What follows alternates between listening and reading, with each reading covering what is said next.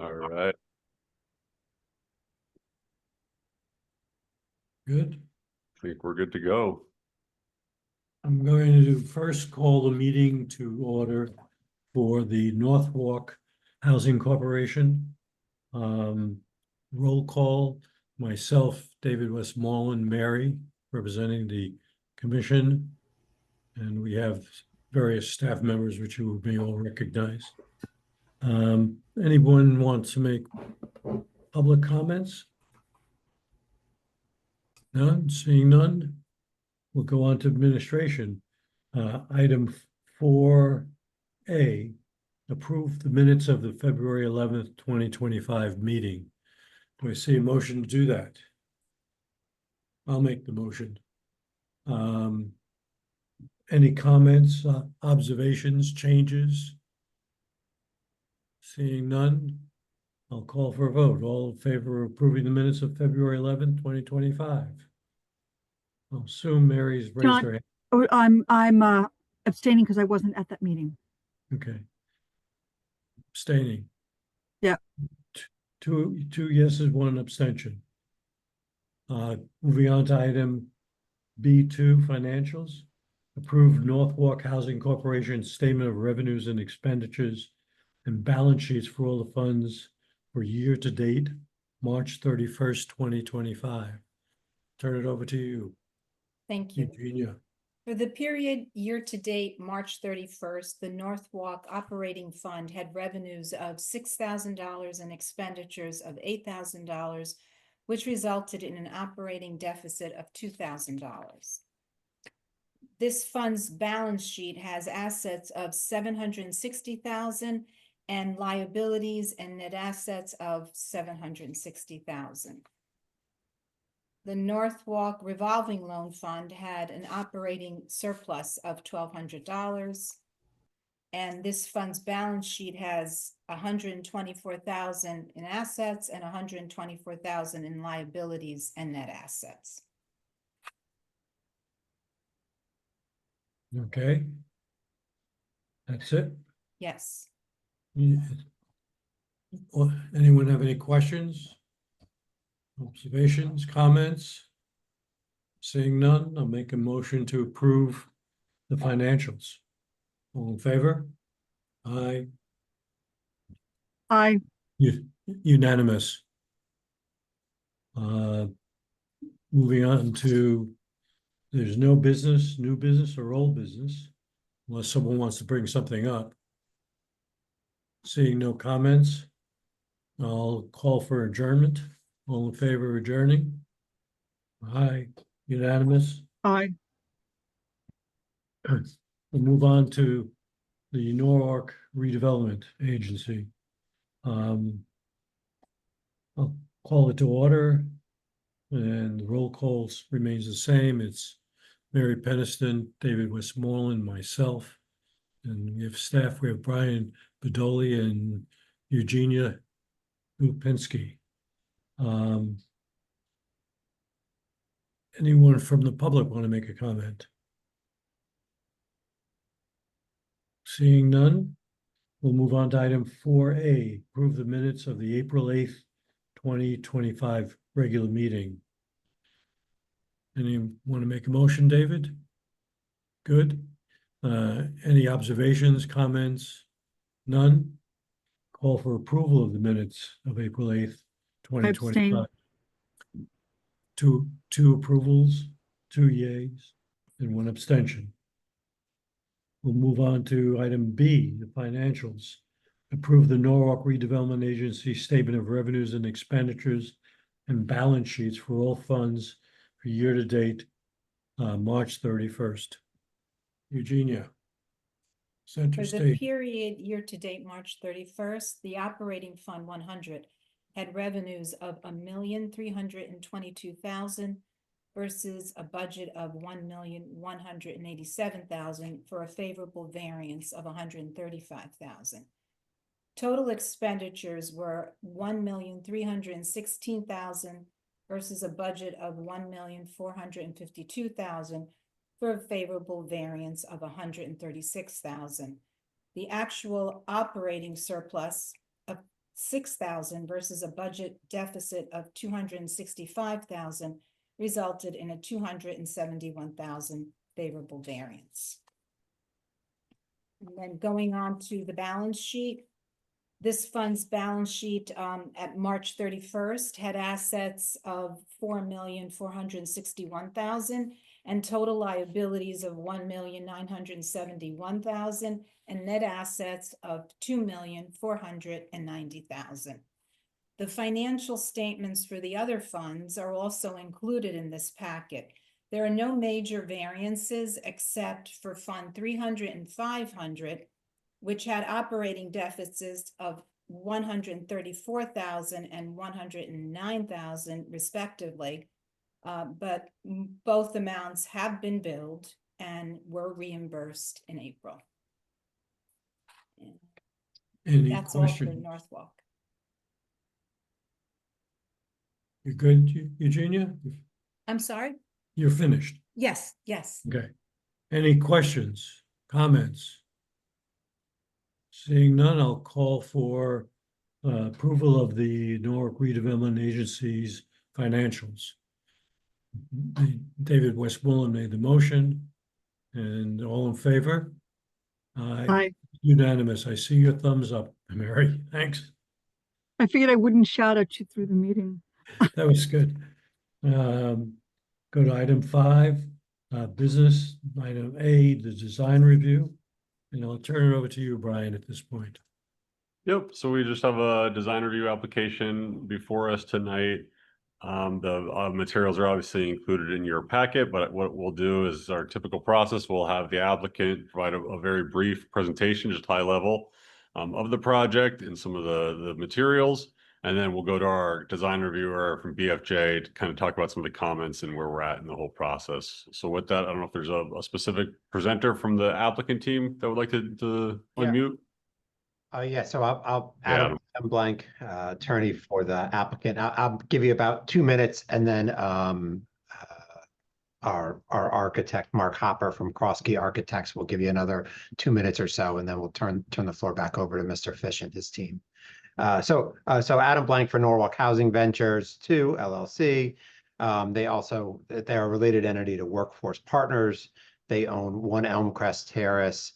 Let me share my screen here. They own property known as 1 Elmcrest Terrace.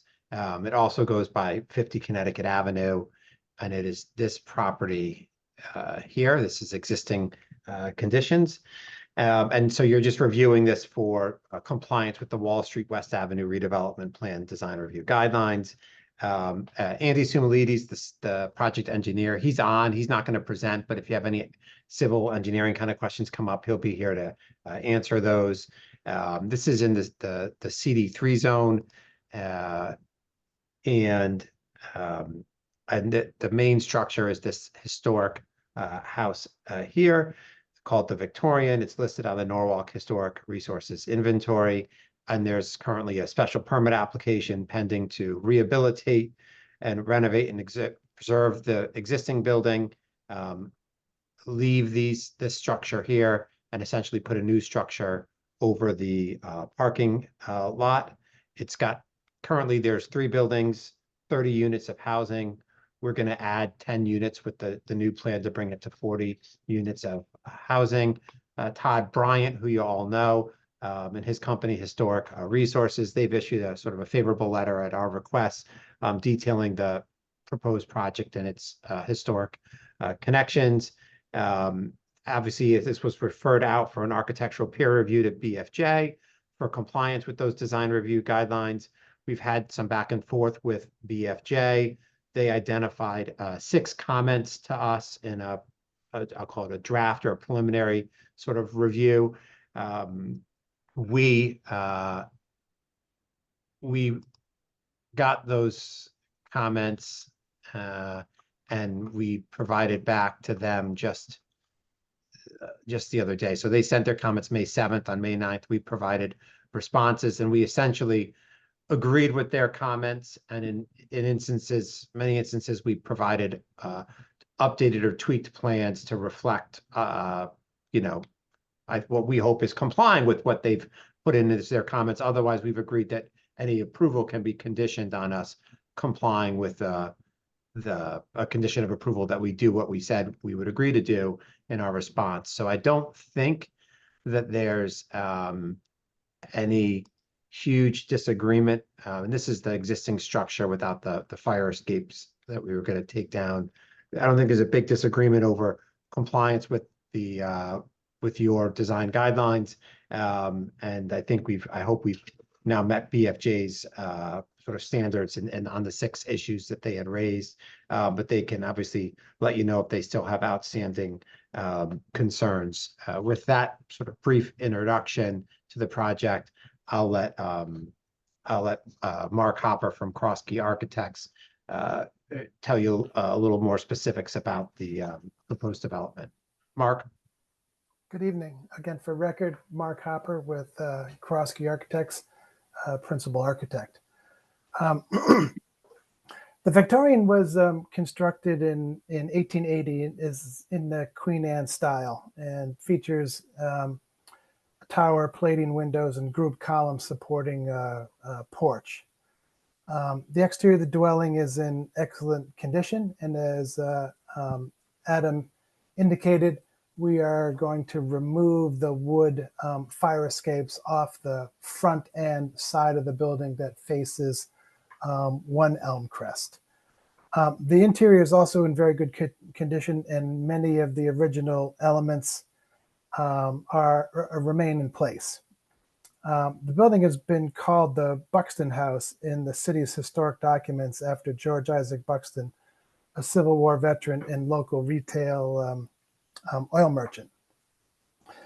As Adam pointed out, there's 3 buildings on the site: the Victorian, kind of a long barracks-looking building, and a building that's known as the Cottage. The Cottage building is in a subpar condition, and renovation and preservation are not financially feasible, and it detracts from the historic preservation and cultural value of the property. Although there was an original goal was to preserve all the buildings on the property, the primary reason that Workforce Partners did not forward or follow through on the approval of SP 2021-10 was the economic infeasibility of the approved development. Instead, with the enactment of the new zoning regulations, Workforce Partners is looking on preserving the Victorian, as well as increasing the amount of units on the site by demolishing the Cottage building.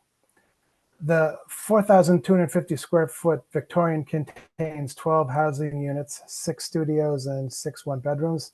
The 670,000 or 6,700 square foot second building offers 2 one-bedroom units, and the 11,800 square foot third building contains 16 one-bedroom units. The applicant proposes to renovate and rehabilitate the Victorian, as we've mentioned, by removing the fire escapes and decommissioning 1 unit in the basement, reducing the total number of apartments in that structure to 11, 6 studios and 5 one-bedroom apartments.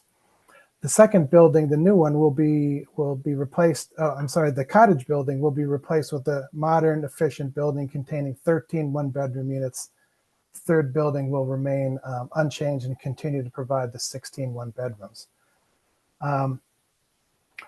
New parking and drive aisles will be installed, allowing for a total of 40 parking spaces on site, including 2 handicap vehicle spaces with just over 1 acre, with landscaped with trees, shrubs, perennials, grasses, ground covers, and various types. This development is very similar to the one at 1 Elm Crest Terrace, which our office worked on as well. The proposal is a 2-story building above parking. So it's a podium type building, parking at grade with 2 stories of units above. It's directly located behind the the Victorian, and the new building picks up the detailing of the cottage building that is going to be removed in the shape of the gable ends that are over the individual kind of Juliet balconies, and in the materials of the cottage building. So we think that there's a good compatibility on the site, and we think that this new building is compatible with the Victorian, as well as compatible with recent development at 1 Elmcrest. So I'll turn it back to Adam, and if there are any additional questions, I'm sure Adam and I will be happy to respond. Just, Mark, if I can just clarify, I think that on the screen, on the share, the blue building there, that was actually 3 Elmcrest. That was the other project that was completed. I'm sorry, you're right. I misspoke. I said 1 Elmcrest. Yeah, and just for clarity, there was a prior approval for a development at this site a number of years ago that didn't actually move forward. And so Mark made some references to a special permit approval and things of that nature. So we didn't move forward with the prior approval. We've now refiled with this plan. So do you have a picture of the carriage house that's going to be demolished? Mark, do we have a picture of that in any of them? Yes, I do. Hold on a second. Let me share my screen. And while you're doing that, you're adding units, so you're building something new where the current carriage house is? I wasn't clear about how you're getting the extra units.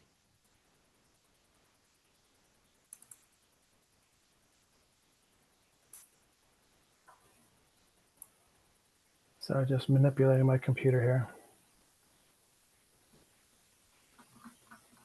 And the extra units, there's currently a surface parking lot, and that's where the new building will go. And there was a carriage house sort of off to the side there, which if Mark can't pull it up, I can pull up the site plan. Yeah, I saw it on the site plan. I just don't remember. Yeah, it's not the picture you wanted, Mr. Westmoreland, but it, for Ms. Peniston, at least shows where things are happening. But it's going in where the old carriage house is, right? It's kind of being built on top of where the old carriage house is? No, not exactly. Here's the proposed new building. This is the location over there's an existing parking here. This is the existing structure that would come down. And while you've got this up, could you explain, there was some discussion about entrance and egress, that there was some questioning about it, so I didn't quite understand where the issue was of egress and entrance. Is it the one on the middle left? I think sure. I can jump in using this screen. There are 2 rectangular boxes that are stairs that gain access from grade up to the 2nd level. The entrance prior was located underneath the parking area facing the drive. And what we did is we moved those entrances to the outside perimeter of those stairs to be more visible, and are suggesting that we put a little porch over it to, again, make it more visible as an entrance, which is illustrated in these elevations.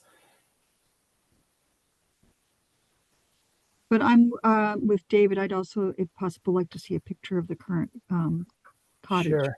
Yeah, I think you might have to unshare, Adam, for me to be I do. If you're ready, I can. Yep.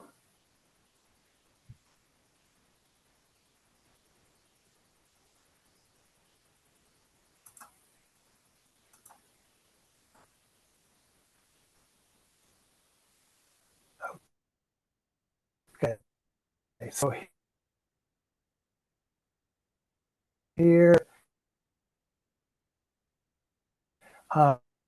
these are pictures around the site. These a cursor is the existing cottage building, and you can see with we're picking up the the detailing of this kind of pediment, projected pediment in the gable ends, and the pediment of the front entry.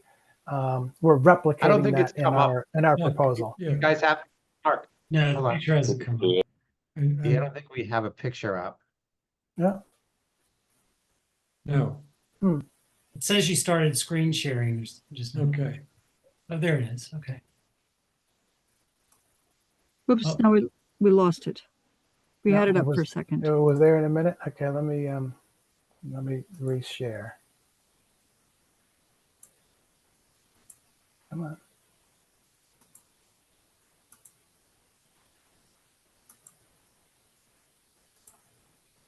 Sorry for the technical difficulties. You're not the only one. I couldn't get my video to work.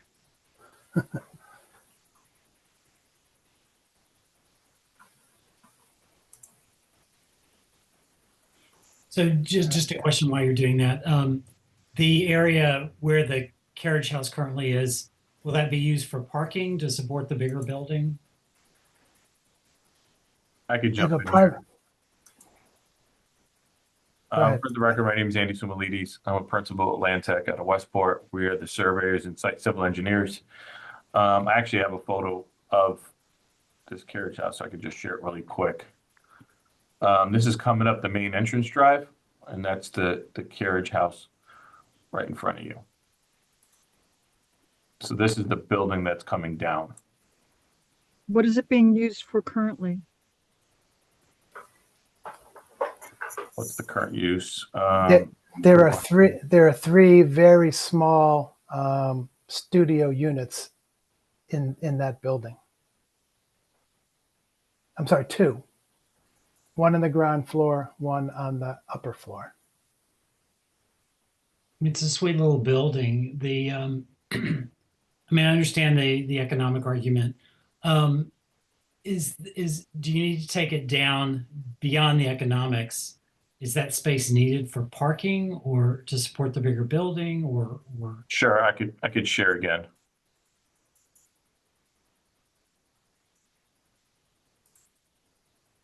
So circulation of this property, one-way entrance off of Connecticut Ave here. This is Connecticut Ave that turns into Elmcrest here. So here's a one-way entrance into the site. Currently, you would loop around this parking. This is that cottage here. You would loop around and come out a one-way exit here onto Woodbury Ave. That circulation remains the same, one way in and one way out. With the construction of this new building and parking, as mentioned earlier, underneath the building on basically three sides, this structure comes down. We add two parallel spaces here on the left. These parking spaces remain the same. And what we ended up doing actually is one of the comments from the peer review was add this striping here to show the circulation around the site. So yes, this would need to come down in order to provide the circulation, the proper circulation to be able to get into these parking spaces here that you come into on this side of the building. These parking spaces here, you would loop in, go underneath the building, and then you would park on either side underneath the building. okay.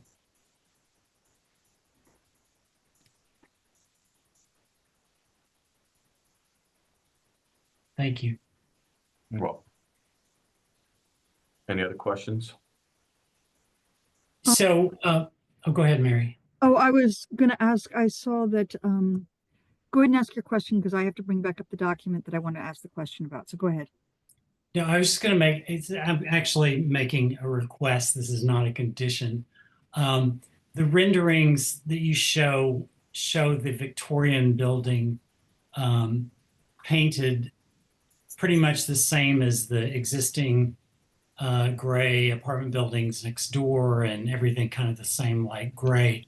And I don't know if that's actually the plan, but it kind of looks like it is from the renderings. And I would ask you to consider painting the Victorian. It's such a beautiful house, especially when you guys take the railings off. The idea of all of this is to we don't really want to make it blend in. We want it to stand out. It needs to be the focal point, that helps provide the continuity of the neighborhood feel of these, that it was a bunch of old Victorian houses, and you kind of want the other buildings to more or less to fade a little bit in the background. And I think if you painted it some other color, or even like a super dark charcoal gray or something like that, you want your eyes to be drawn as you're going down Connecticut Avenue, as you're entering the site, to that building, not to the other existing buildings, which are perfectly fine buildings. I mean, they look very nice and they're very well kept. I would like to see that painted, and it doesn't have to be like the painted lady next door, which is also amazing. But if it could be something that stood out, I think your project overall would be much better. Otherwise, I really like the project, and I'm not opposed to it in any way. Yeah. So I think it's Yeah, understood. Based on our research of the original Victorian, best that we can tell is that it was originally painted white. So we are, as we put on our true preservationist hat, is that we're maintaining the same coloration of the original building. So that was really the impetus of our treatment of that existing building. Did you do paint analysis to determine the original color? Because I We would be did, surprised if it was white. again, that was just based upon our photographic research. I Yeah. believe the building is sided. It's not the original siding. Mhm. And right now we haven't proposed to take off the siding of on the building. And that's what color it is. That's what the color of the existing. Correct. It's like Correct. siding. Okay, I understand. Correct. Yep. Yeah. Well, if you And- guys and- ever do that, do paint analysis and find the original color. Sure. Yeah. And in our original special permit for the project, this project did go in front of the historic preservation, Norwalk Historic Preservation, and we presented it to them, and they didn't have any issues with the coloration of the Victorian. Just as a side note. Well, as a general rule, we don't really dictate color. The historical commission doesn't get into colors. I was just making that suggestion for you guys to consider if you were changing the siding Yep. to make the project better. Understood.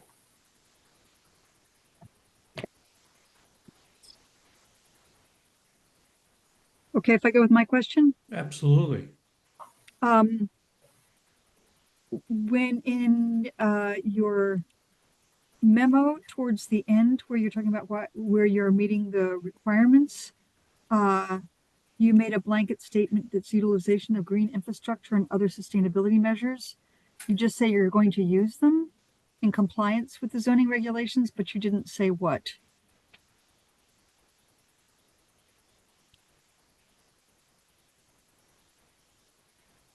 It's point 6L, right before the conclusion on that 10-page memo on the project description narrative.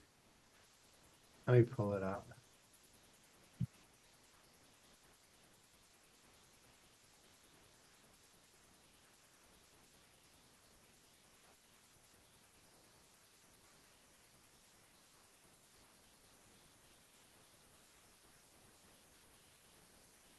Yeah, I think all that we're doing is just the drainage, right, Andy? I don't know if there's any Yes. solar. Yes, what we're proposing is new drainage infrastructure where currently none exists in terms of all the new impervious surfaces that we're proposing. They're being captured and infiltrated, treated, and reduction up to the 100-year storm event. So meeting the stormwater requirements of the city of Norwalk. So there was no thinking about, I mean, I know it adds cost for the construction, but there's no thinking like solar panels or anything like that, right? On the main building. Not at this time. I I will I'm say, just, if I'm it- just asking. Yeah, if you, actually, if I, so, right, so the answer is not at this time.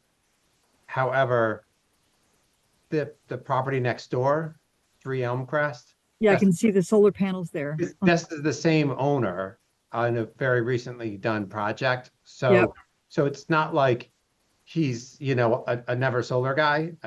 If he can make it work, he'll take a look into it, and he has certainly done it. But right now it's not planned, but we can look into it. And there was Right. also some comment about the landscaping too, and I don't know if you all did other pictures about that. I was just curious. And boy, I feel bad for the people that live there. That is like the worst entrance. I bet you a gazillion accidents happen going into that property.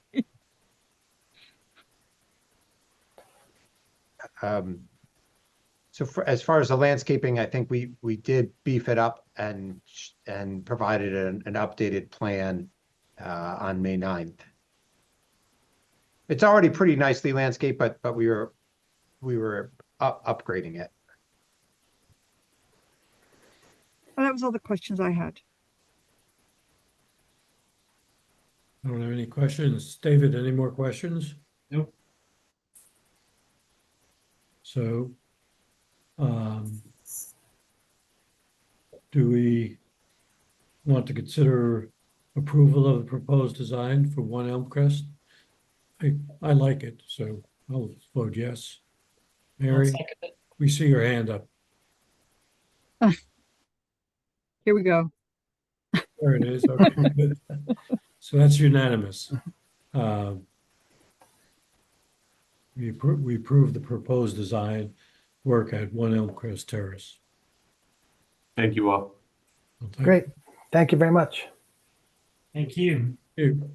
May I ask, it's Frank Fish, did you want to hear any of our comments from your architectural peer review?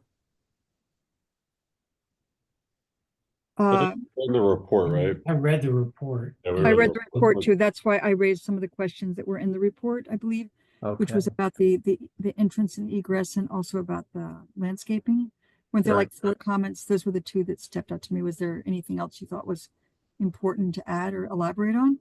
Well, if, by the way, we also like this, but just to tell you and I know this review was, just tell you that, we sent a review memo of May 7th, which you all have, and that went through 6 points. Then the applicant responded, as was just mentioned, and we got that response on May 9th. That was Friday. And we reviewed it Friday and over the weekend, and then sent a response memo, which I know you haven't, I don't believe you've seen or the applicant's seen. We thought it might be good to go through that because we did have some remaining comments. But if you feel happy with it, this is up to you.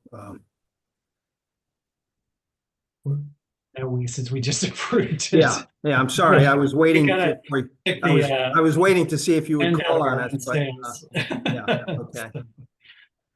Do you just want to quickly summarize some of your points? Yeah, I think I just wanted to give you first I go through it, the May 7th memo.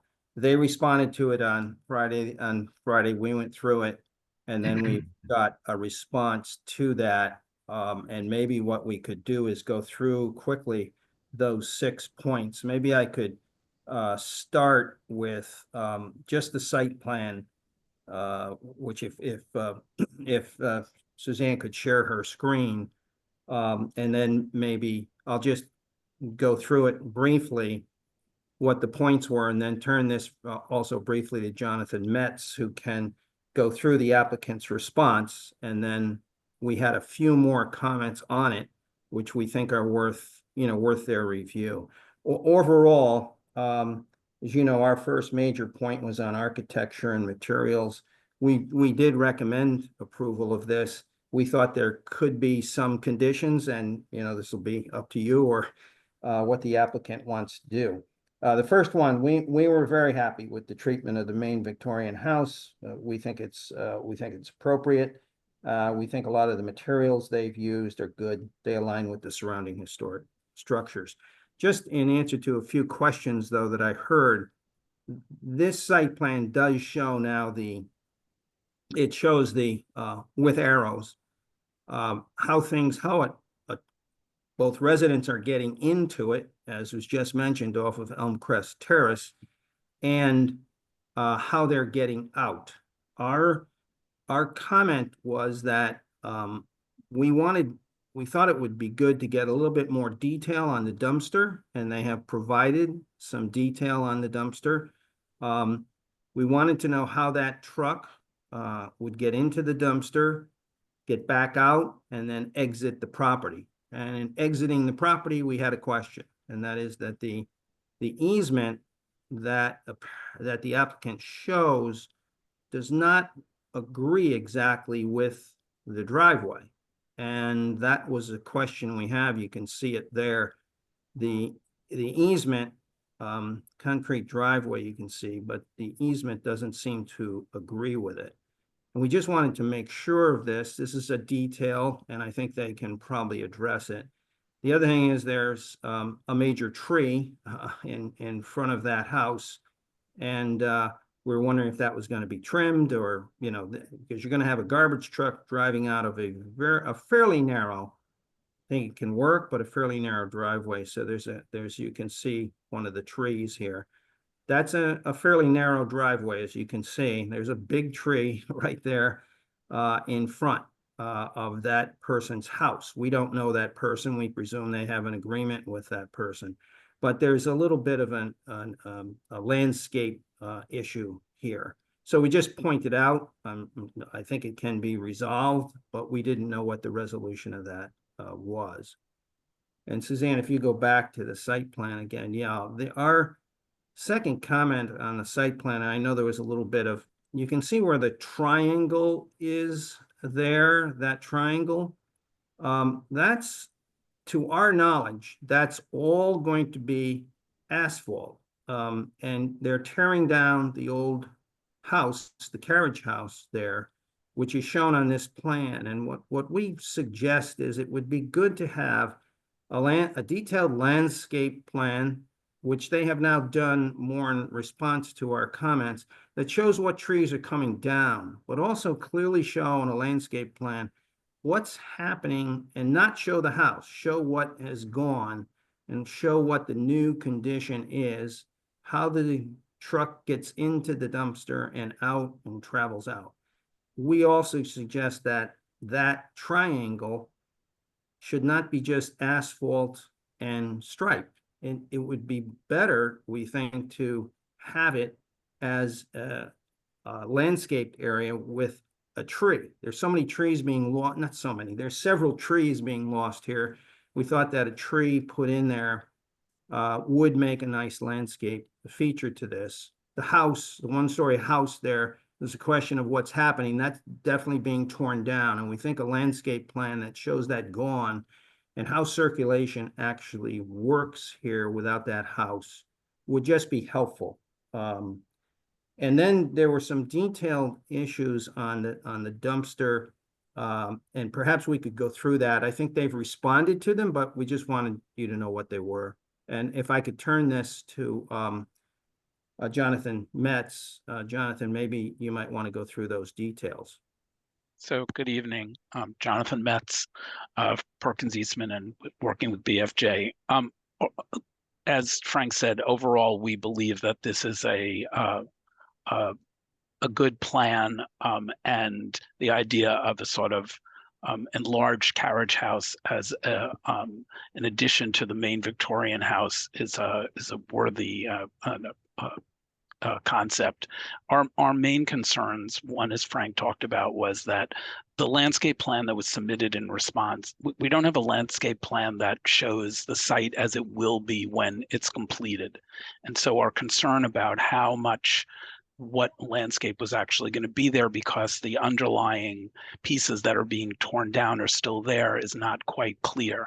And as you can see in this plan, the X's are on the trees that are coming down. There are two large trees over in the upper left and one that's right in front of the new building, which necessarily have to come down in order to construct the project. But this whole area is going to, which is parking now, will have to be torn up in order to construct this new building. And once with the striping, what will you be left with once the small landscape areas that are around the cottage are removed is essentially an asphalt parking lot with some striping.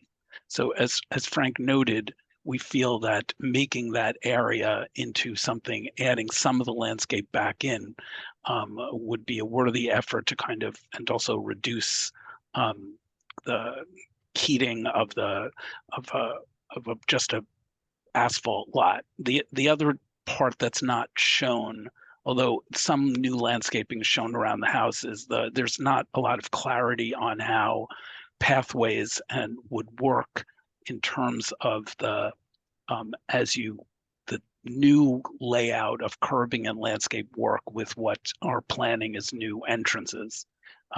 We very much agree with the concept of, as the new elevations show, of adding, making the new doorways into the stairways and if we can look at those new doorways so that they're visible from, not just from under the building. Our question was whether those are in addition to or in replacement of the original stair doors that were undercover. And if they are in replacement, the applicant might want to keep one of the original doors so that people parking underneath the building would be able to access the stairs without having to go outside in the weather. Our concerns about the largest vehicle that's going to enter and leave the site, being the garbage truck, and how that's going to move around the site, were one of our major concerns about how it gets down to Woodbury and it moves. The applicant has said that the enclosure for the dumpster, which is very close to the new building, is going to be enclosed with similar board and batten fence as in the building, which is nice. But as you can see in this plan where it says storage and bicycle racks, there's this sort of little narrow area to right there in order to get bicycles. And we were just trying to understand, again, how the walkways and movement around the space that's not vehicular in this lot would work. And we were asking for some more clarity on that in terms of showing it on a plan. There's also a question of the proposed lighting now is apparently on the existing building is lighting mounted to the building. The proposed lighting for the new building was to mount floodlighting, nice floodlighting from the building, but we were concerned that the height of the floodlighting, the position which would needed that height to light the asphalt area of the parking lot would then shine into people's houses. And so the question was whether or not this striped area, once it could also hold lighting as well as some vegetation to relieve the hardscape in this area. And with the new entrances to the stairs, obviously additional lighting would need to be placed at those new doorways. Thank you. Just so you know, we put all this into a memo and Correct. we realized that memo, the city just got it. So I don't think the applicant has actually seen our memo. But that's why we wanted to review it with you all tonight.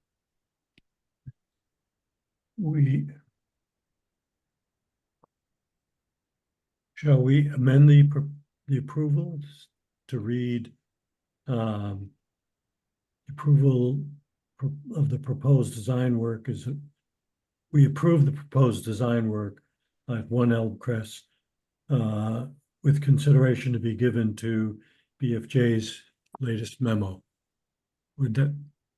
Does that work? Makes sense. Okay? Does that work, Adam? Yeah, that's fine. Okay. All in favor of the amended proposal? Unanimous? Is that, But I only have one request though, that at some point I get BFJ's updated memo. Yes. Jonathan has it. Jonathan Hopkins has Thank it. you. okay. I think some of the comments, the observations from the review, peer review report were good. But we're not making it a requirement. So thank you. Thank you, Frank. Okay. Yeah, Welcome. thank you all. Thank you all. Thank you.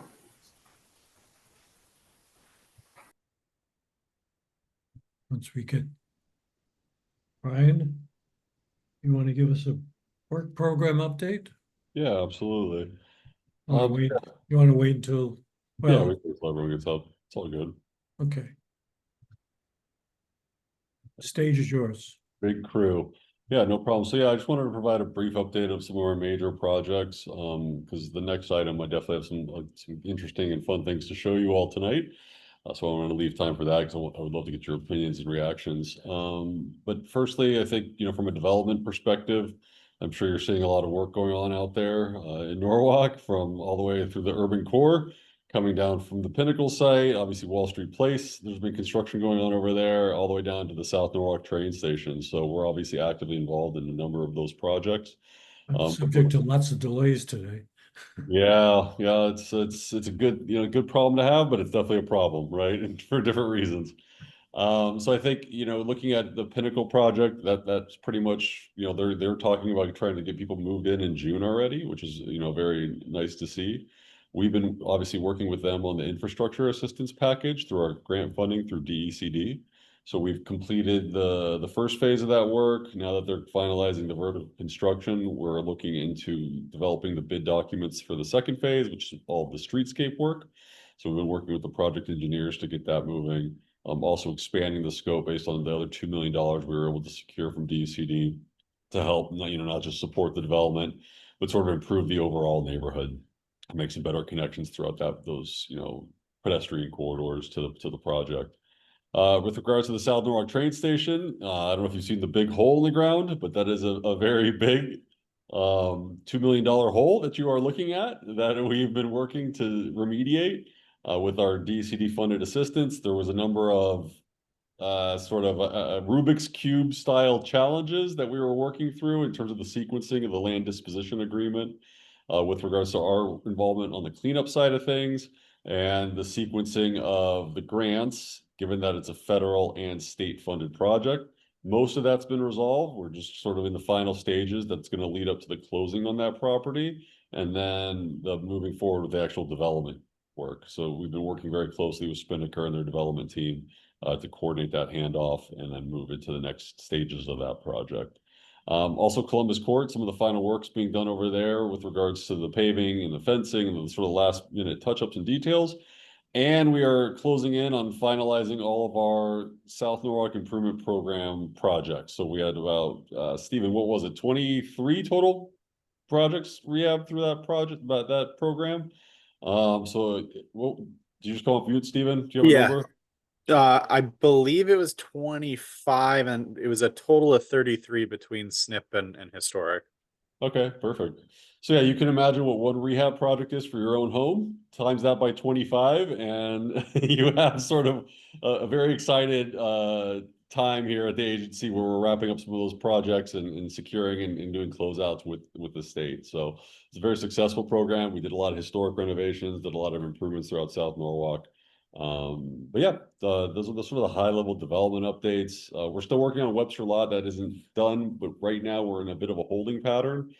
We had our environmental documentation approved for the proposed cleanup over there.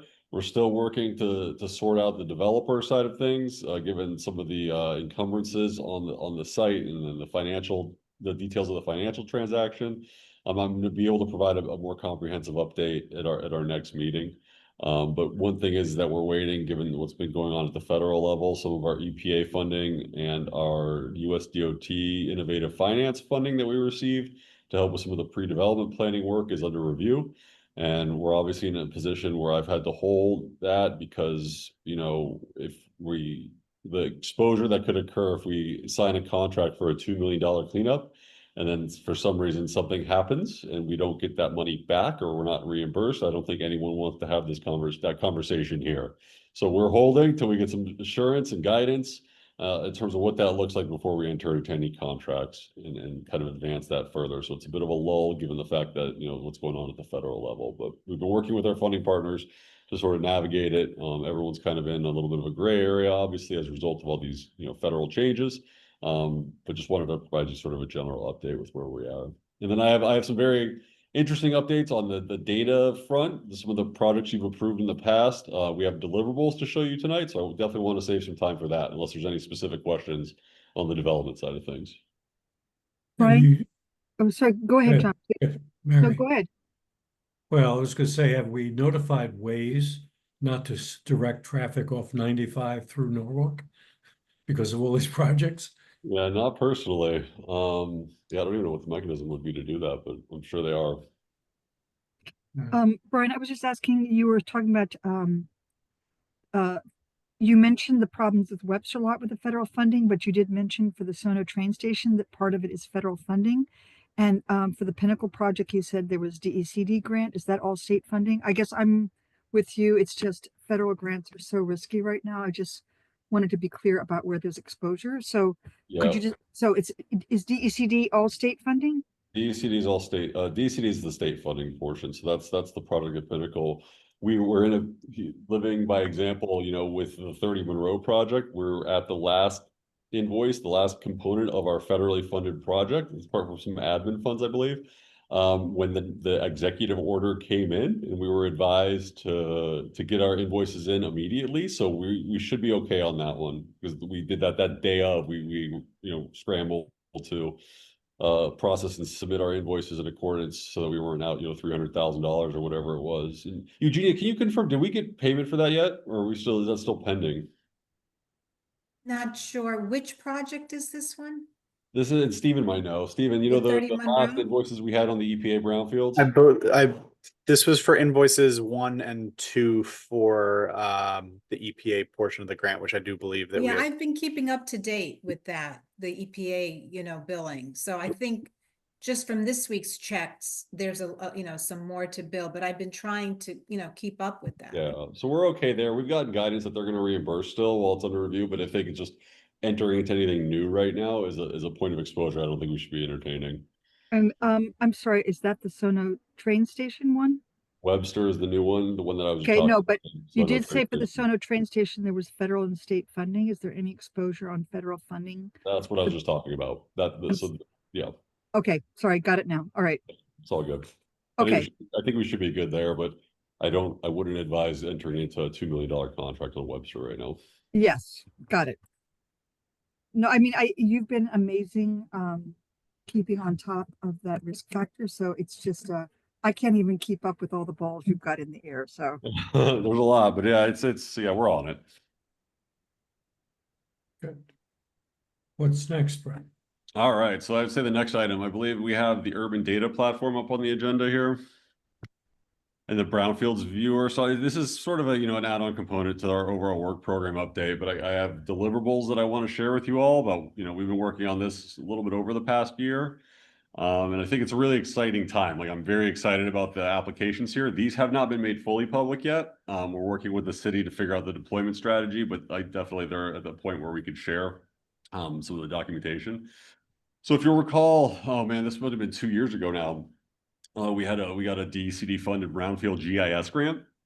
And we, you know, started the conversations about developing an online web portal that could help assist, you know, brownfield or just any developer sort of in Norwalk, sort of navigate the environmental contamination that may or may not be on a site.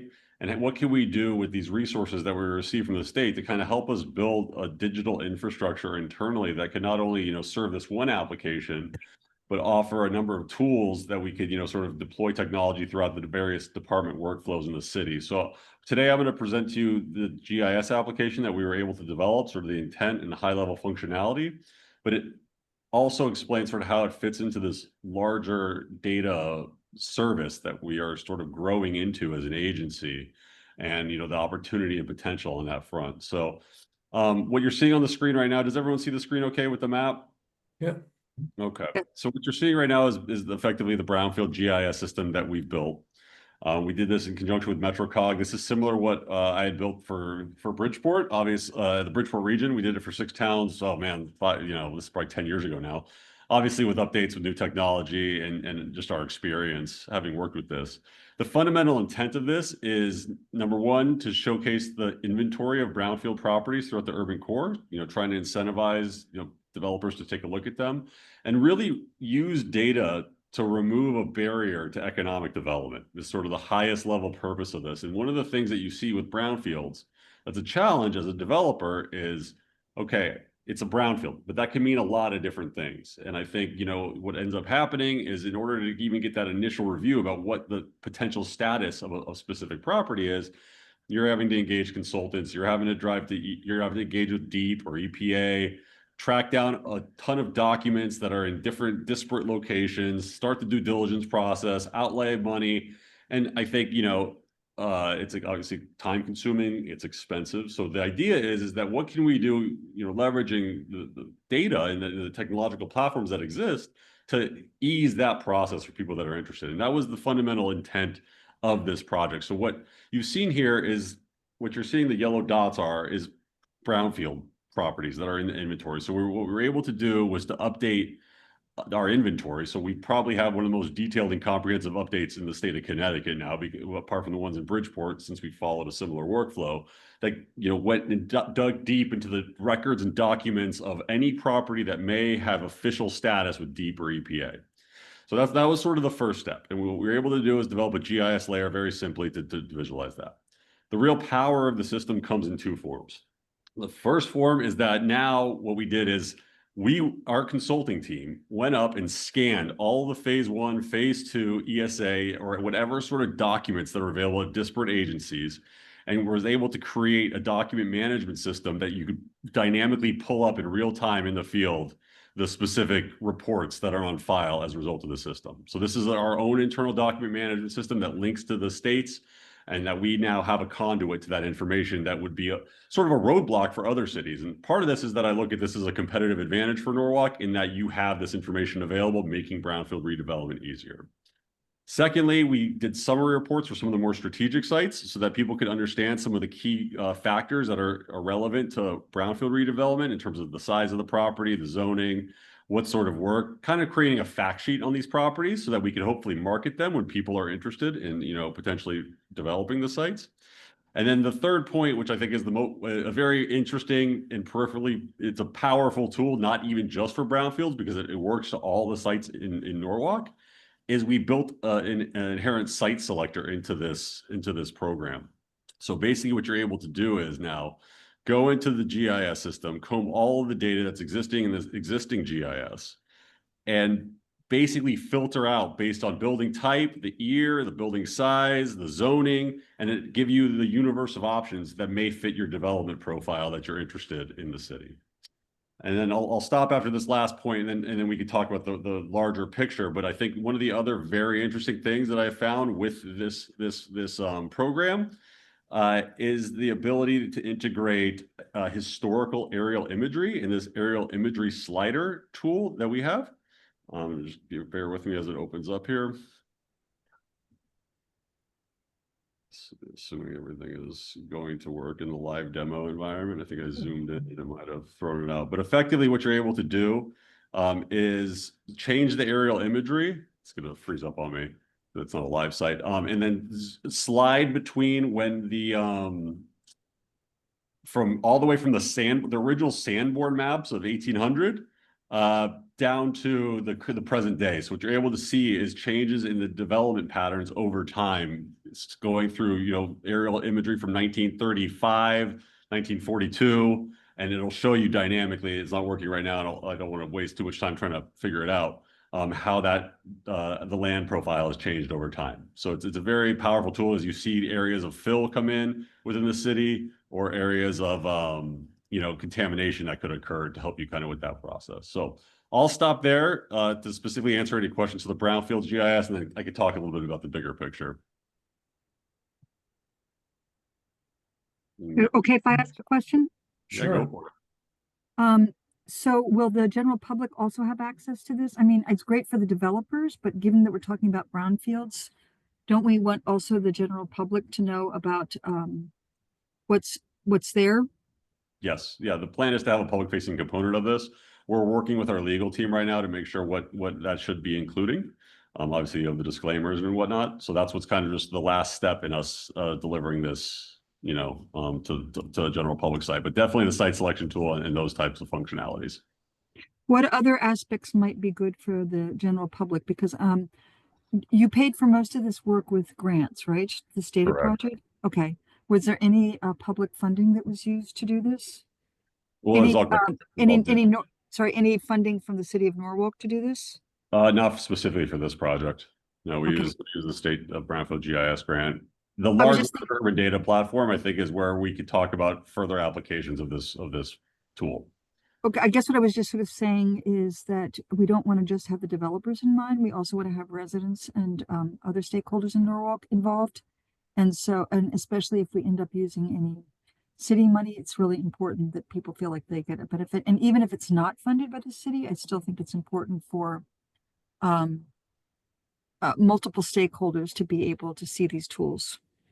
Yeah, point well taken. And the plan has always been for it to have a public, facing component, because I think it offers added functionality than the city's existing GIS system as well. So you're going to be able to search dynamically for zoning or information on the city. It's also connected to the city's assessor database. So it just kind of offers a complementary tool that will obviously be for public consumption. And I think the real interesting component to that exact point is when we developed this, we didn't just develop this in mind with, okay, we're building a brownfield GIS tool.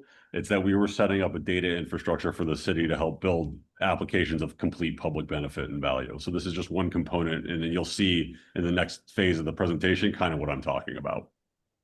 Thanks. No problem. So Brian, how will developers access this? Will they come into our office and work with us, or do we give them a login, or how's that going to work? Yeah, I mean, depending upon the legal review, I mean, hopefully it's just an online service that's available whenever they can just click in and access. Okay. Yeah, the permissions in terms of forward facing or internal are very easy to set up. It's just about navigating what works within the data governance procedures of the city, and obviously the ones we're developing at the agency. We have a time frame when this will be available? Yeah, I mean, it's ready. So I think I'm hoping, this summer, maybe July, just to make sure that we're dotting all the I's and crossing all the T's. And then what we're doing right now is actually working with some beta testers, actual brownfield, like LEPs and different developers to see if there's anything we missed in the functionality. Just so you know, when we went into the development protocol of this, we had focus groups, workshops, we went to the EPA conference, talked to people, what would be valuable, what kind of information are you looking for to inform this? And actually, what's already the project is up for consideration from an award from the New England Brownfields Association. The lunch is tomorrow. So hopefully, I think we've got an indication that we might be an award winner on this, but I don't want to speak too soon. Okay. Cool. Nice. Let us know what happens. Yeah, I'll keep you posted. But I definitely think this is one piece, right? And I think if you unless there's any other specific questions on the brownfield GIS, I kind of want to talk about the overall initiative.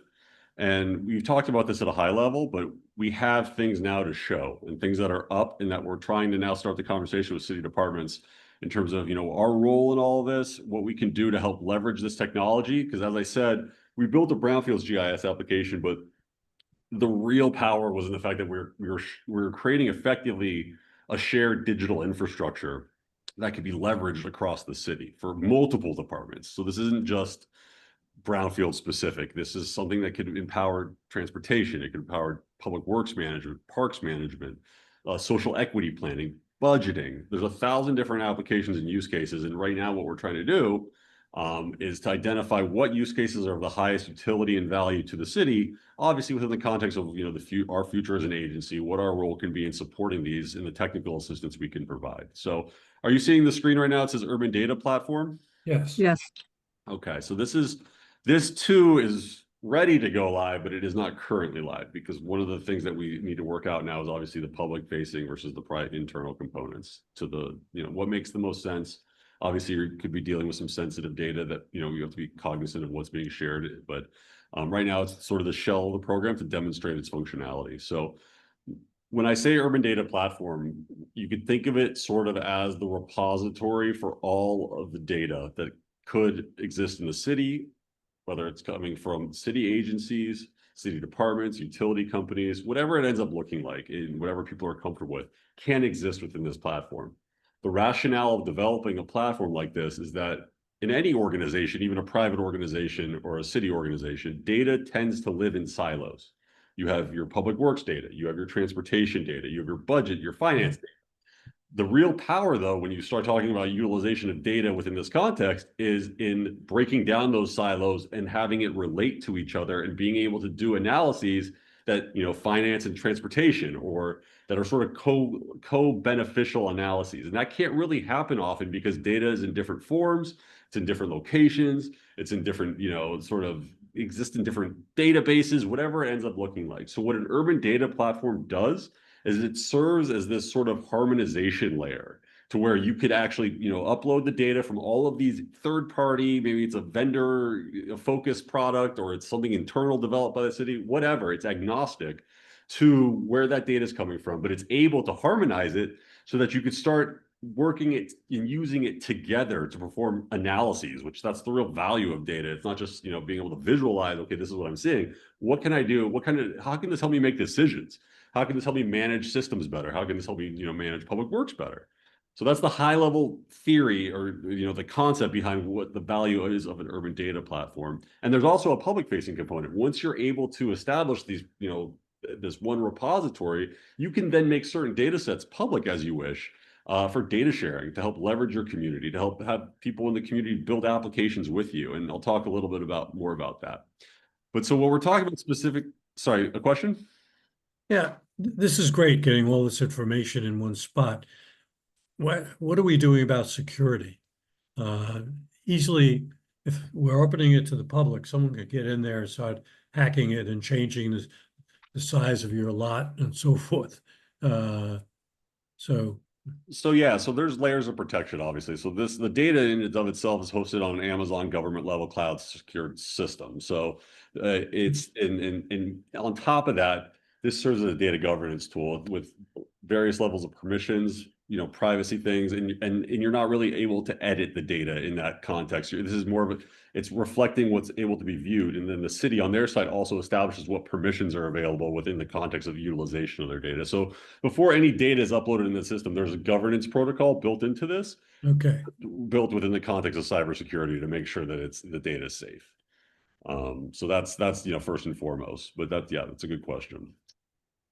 So I'll talk a little bit about some of the functionality and then show you some of the ways that we could deploy it or we could think about deploying it in Norwalk. So when you have all of this data in sort of this tool, you have a variety of ways to use it. Dashboarding, which is sort of the process of visualizing the data. So for instance, we've built some, basic mobility dashboards that we're basically able to tap into some of the state resources to show various crash locations in the city. And then that can be broken down by, the time of day, how much, it's happening per month, what the severity is. And what's really interesting is when you use a tool like this, it's very flexible. I should note for those of you that are familiar, this is all based on an open source protocol. So this is not a vendor that we purchased and then we're locked into a contract. This is code that the city owns. The idea that obviously a lot of this came from working with the work we're doing in Germany, where there's a big push. If you're using public money, it should be public code, and it's not trying to lock anyone into some sort of development environment. But that means they're also very easily flexible and to stand up these sort of dashboards and applications that can be customized for various workflows in the city. So this one, for instance, is taking a look at various crash information. You're able to use it for environmental planning purposes, however you want. If you want to have various GHG, for instance, is an area that the sustainability officer is interested in. Basically, all the data that exists in a city, you could put into this platform and then visualize it very easily through easy to stand up dashboards, depending on what your specific use is. The second piece is a data catalog. Could be an open data catalog. It could be an internal data catalog, so that system users internal to the city or also external and the members of the public can download, interact with data. And that's obviously dependent upon the governance protocols and those provisions. And one other thing a lot of cities are doing, and I don't know if any of you are familiar, is the development of a digital twin. Right now, we have the brownfield GIS system in here because we haven't, made a decision to move forward on the digital twin. But a digital twin effectively is a 3D representation of the city. And they use digital twins even for multiple applications, even for submarines. The intent is that you have a digital environment where you could do scenario planning and testing that you're not doing in the real world. So like if, for instance, in our use case, you're looking at a digital twin of the city, we're doing a South Norwalk community plan, we can actually dynamically make changes in that digital twin to show what the impact could be to the transportation network or to the visual network or to whatever your use case is. You have a 3D model to work with and to demo various interventions or policy applications within that tool. Apart from the fancy shiny things that are like visualization, there's some really pragmatic analytics that you could pull from a tool like this once you have it standardized across departments. One of the areas that I'm particularly interested in and was identified in the South Norwalk community plan was gaps in the pedestrian network. This is an example of utilizing the data sets that are uploaded in here for bike lanes, but this could be easily adapted to the pedestrian environment. And when I say easily adapted, the reason why I say that is that since this is an open source tool, any city, Norwalk, whatever city is able to tap into the actual code that this is the city of Mainz in Germany, that they developed to develop these tools so that you're not having to reinvent the wheel and incur that marginal cost every time you want to develop some sort of application. So you're able to leverage these tools. So say we want to do a pedestrian planner, bike pedestrian or sidewalk planner, like I'm going to show you, we don't have to start from scratch. There is a code that's shared publicly that you could actually use. So what's really cool about this tool is that you're able to input a variety of design constraints. The example is, say, for instance, we say we only have money for 8 miles or kilometers, obviously in this instance, of bike lanes. And that we want to focus on safe routes to school. We want to have school children be the focus. It will dynamically show you which sidewalk you should be investing in the network. If you look down here on this screen, those green areas are basically the outcomes of this analysis. If I were to change it to the inner city, it will dynamically change, showing me these are the sidewalks or bike lanes you should be focusing on. So that's one example. There's other examples for heat stress.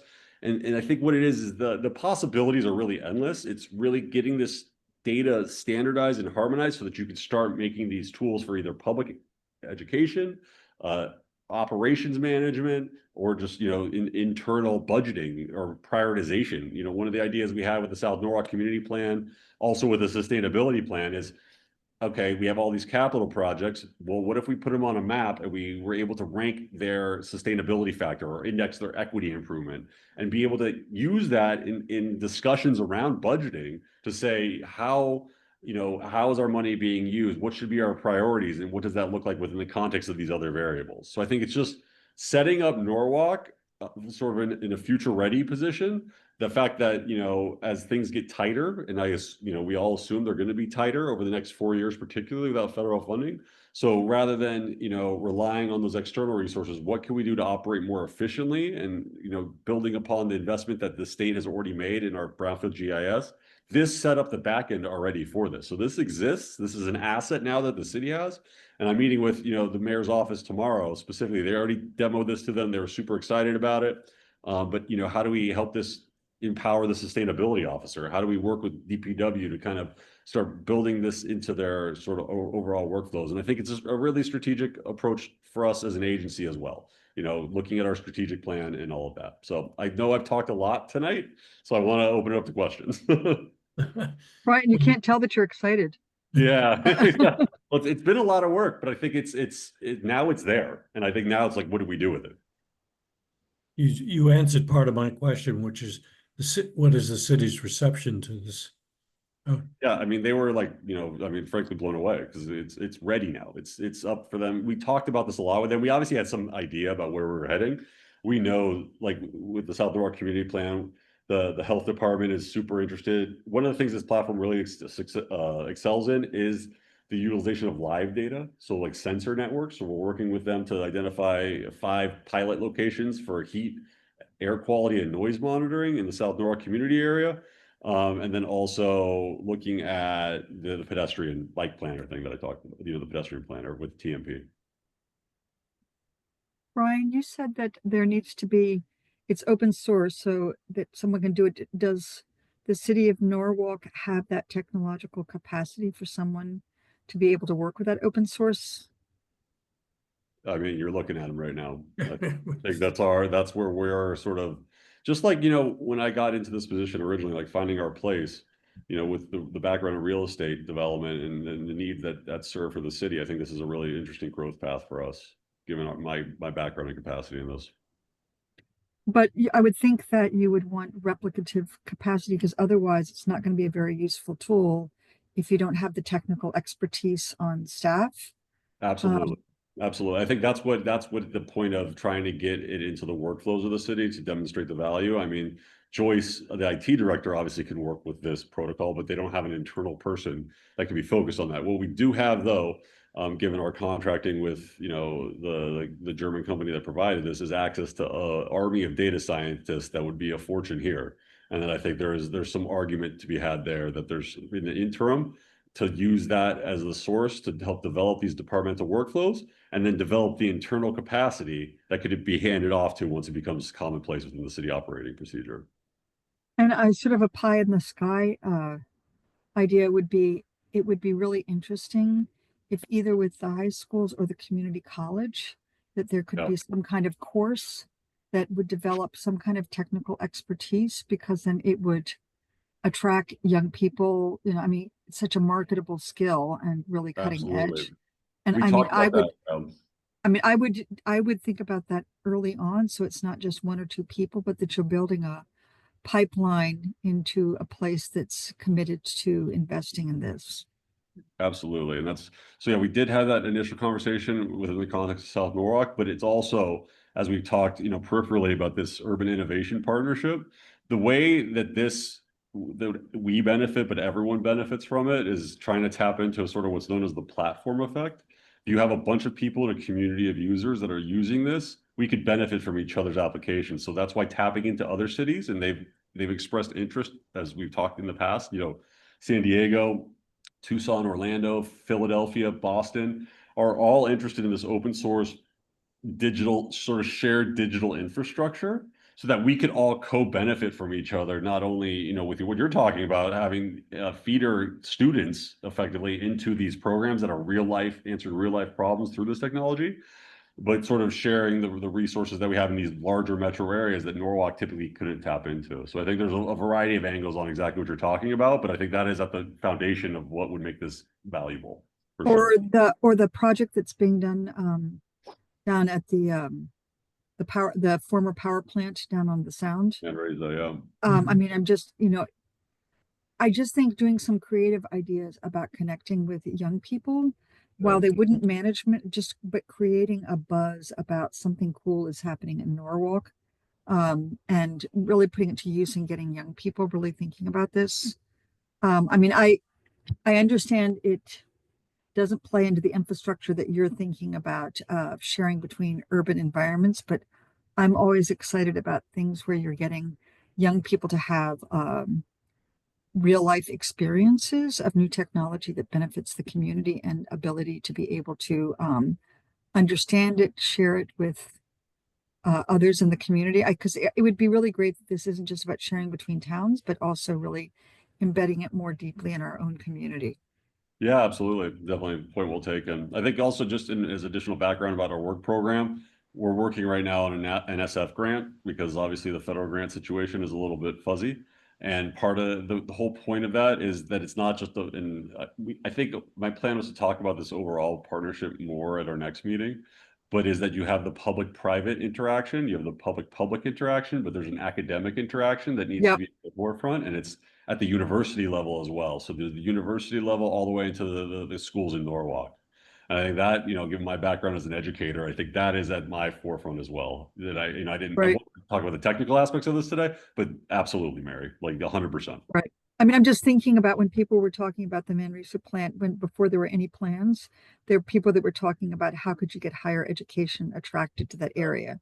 And I'm just talking about a public-private partnership that just starting to generate some interest for that, and maybe even having some collaborations with universities that aren't located. I'm just trying to see about how do you attract interest in Norwalk for some assets it's building. Right. Yeah. So I don't want to, yeah, sorry, that's my. Point well taken. Point well taken, for sure. Well, I'll think about it some more too in advance of our next meeting. Right, you were talking about the mayor's office. Other than Tom Livingston, are there more people involved? Yeah, well, I think what we identified, we had a meeting last week to talk about this, and I think, bringing on Jody Trendler, I don't know if you're familiar, she's the new sustainability officer. Okay. One of her key charges as a result of you and our sustainability and resilience planning is to, create interoperability between departments under the context of sustainability, recognizing that there's inherent. So, and she's very data driven. She takes a very data driven approach to these things, and in need also of a project management tool that can be built into this sort of functionality. So I think there's a real interesting conduit through the new sustainability office because it is interdepartmental. And then there's going to be this environmental benefit reporting that we're able to do. So we're basically meeting tomorrow to talk about various use cases that they'd like to start pursuing through that mechanism. Exciting. Yeah, I'm really excited about this. I think this is, the whole point of our office is how do we generate value, right? Then we do that through real estate, we do that through other things, but I think this is an operational value that I think is going to become increasingly important as we face the budgetary challenges and 4 years of sort of low resolution funding at the federal level. That's a very polite way of putting it. Thank you. Brian, I guess that's also partly why I was suggesting about getting the education part to it, because that's another, as you well Absolutely. know, it's a way to attract private capital. The education and then the philanthropic, like basically I need something to work around and fundraise through, you know what I mean? And I think this is a sincere call to action and something that we need and that other cities need. So, I feel like this is an important time to be having this conversation. Yeah. Well, congratulations that I know how vested you've been in this and how excited you are about it. So this is very exciting. Thank you. Yeah. Well, thank you all. I mean, I know it's been probably disparate with some of these approvals, but this is what we've been getting at. It's trying to create this asset, and I think we have it now. It's now really defining what that means for the city. Brian, when you talk to the city down the road, could you plan to do some public demonstrations of what it is and really make That's a great idea. to try to attract some young people? Yeah, absolutely. Either reach out to, try to think of who might be some of the constituents in Norwalk that could bring some younger folks that would get this. Yeah, that's a great idea. And I think, defining first, obviously with the city, we don't want to overstep and get ahead of our skis. And once we kind of do that, I think that's the next step for sure. But I'm just trying to, I guess the other thing I'm thinking, and excuse me if I'm being a little esoteric, but I'm really into thinking about when you create tools, making them as democratic as possible. Yeah. And so the best way to do that is to go for young folks that are interested in the technology and getting them to understand the applications to make a better community. And I just think it would sell incredibly well. And if you go for the young people, you're going to get the parents. Fair enough. I'll bring this up at my meeting tomorrow with Tom. I think this is a very good point that we should be considering. One thing too, this is peripheral. Jonathan Hopkins from our office, actually, I don't know if he's still on, but I want to make sure credit is given where credit is due. He had a great idea to pursue. We pursued some of the Neighborhood Assistance Act funds that we actually administer. Obviously, it goes through a city process, so there's definitely an arm's length thing there, but it's not even direct funds. It's actually just the allocation of effectively tax credits. But you basically could sell tax, deductible donations to private companies or philanthropic individuals to raise funding, and there's a certain number that's allocated to the city. We put it in an application this year because it's only eligible for nonprofits through our Norwalk Housing Corporation to host a planning and real estate academy for residents. So to help people understand, you know, the planning process, understand real estate finance, understand the things that we do as an agency. And I think it'd be an interesting conversation to have to talk about the role of technology within that context as well. Should we be awarded those funds and be able to raise them? So. Yep. It's great. Fantastic. Congratulations. So, Brian, I think this is really amazing and cool. And tell me if I'm off base here, but if you live in a single family neighborhood in Norwalk, you don't really worry about zoning enforcement because anything that happens sticks out. If you live anywhere else in Norwalk, it's a giant free-for-all. And I spend an inordinate amount of time, and people in my neighborhood, we're two family and parts are multifamily. And the zoning enforcement in Norwalk is getting better, but it's still pretty terrible. The building permit data is not online. I have to call Bill Ireland. He has to answer my email. Oh. Blah, blah, blah. It's just stupid. Because people don't bother to post their permits. Do they have a permit? The other big problem, so properties are zoned, zoning department, they maintain how a property is zoned, and they have like 3 different files of where those are. And variances and stuff are in one file, and then if they're older variances, they're in this paper box. They have to go look. Exactly. And it's this huge amount of research when they ask a question. And everybody in town thinks that when you go to the tax assessor records, that occupancy tells you, oh, they're zoned a 3-family house because it says 3. Well, if you then go talk to the tax assessor, they will tell you, no, we record what we observe, not whether it's legal or not. Yeah. And then that's how they're taxed. But of course, they can't observe that really this legal 2-family really has 5 apartments in it. And that's the kind of stuff we fight. Is there some way to get that? Because I think if you actually had accurate data on building permits and actually how properties are zoned and what variances they have, if you could get that online, that would probably be super helpful to the enforcement staff, super helpful to all of us who, I don't want to bother, the staff with a question. If something, has a variance, it was granted, years ago to allow a certain use. But, we keep asking questions and it just kind of wastes everyone's time. Is that something that could go in here? And is that something we could urge the city to do? 100%. I mean, I think when I talk about use cases, it's exactly that. These not just trying to develop technology because it's shiny and cool. It's how do you solve a problem? Like, what is the problem and how do we get there? But this is the repository to do just that. I think always, with exactly the scenarios that you're talking about. I mean, I've experienced those in other cities. It's not just a Norwalk unique problem, right? It could be just a different flavor of it. The technology exists. We have it right now. You're looking at it. It definitely could easily be achieved through this. It's the organizational motivation and ability to deal with the change management that occurs. And that's where I think we can provide a strategic role to the agent, the city, informing them of exactly those points you just made. These are the issues that people are facing. This is how this tool can be mapped to help address those. Like it saves you all time. It saves you all money. You're able to do more with less. That's the whole point of this. So it's exactly that, to answer your question. But just make sure when you're delivering that message that you don't get city employees up in arms. They're going to lose their jobs. So I think the message has to be, your job will be more interesting.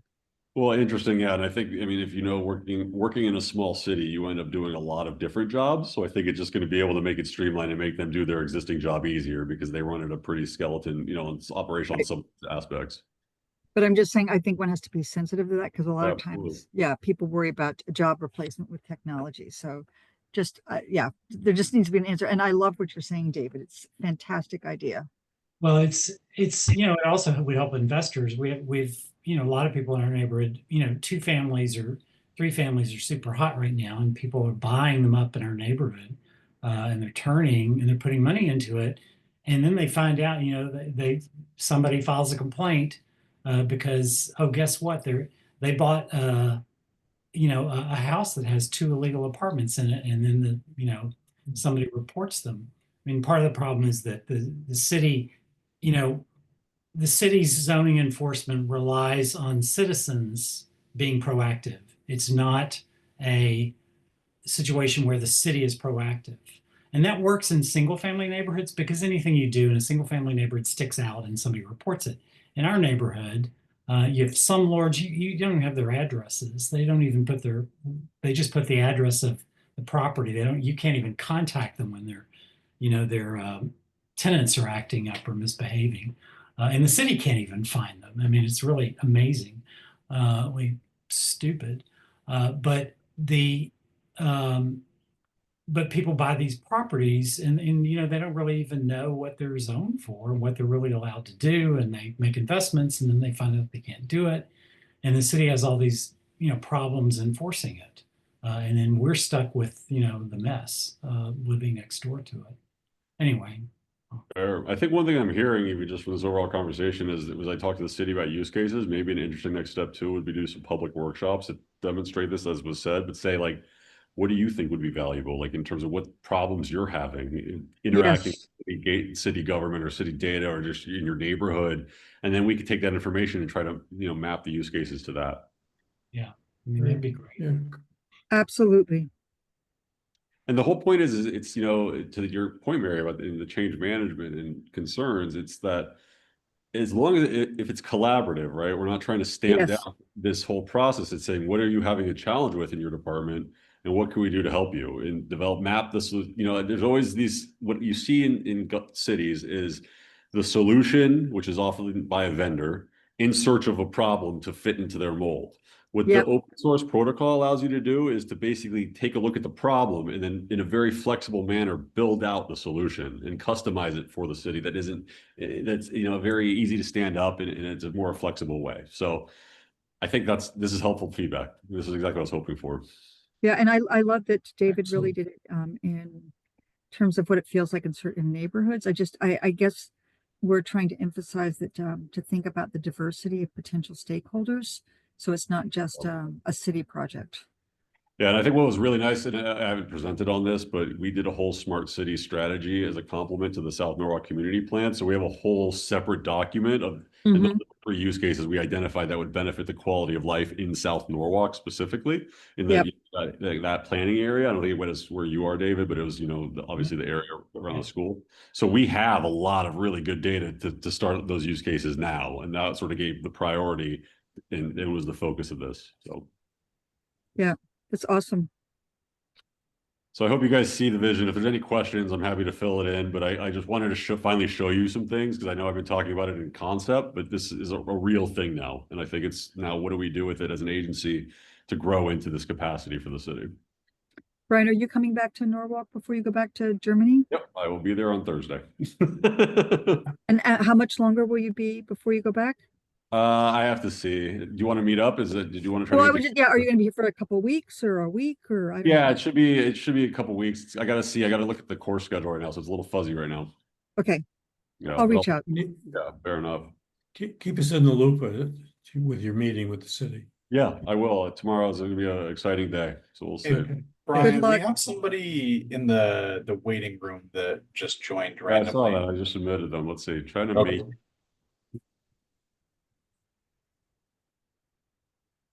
Yeah. Well, Anyways, we're good. We go. That's the end of my presentation. okay. Thank you. Very good. Thank you very much. Thanks. Anything else, or?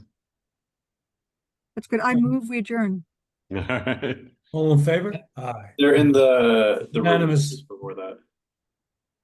All right. Thanks. We're good. Have a good evening. Thank you. Take Good care. luck tomorrow. Thanks. Bye.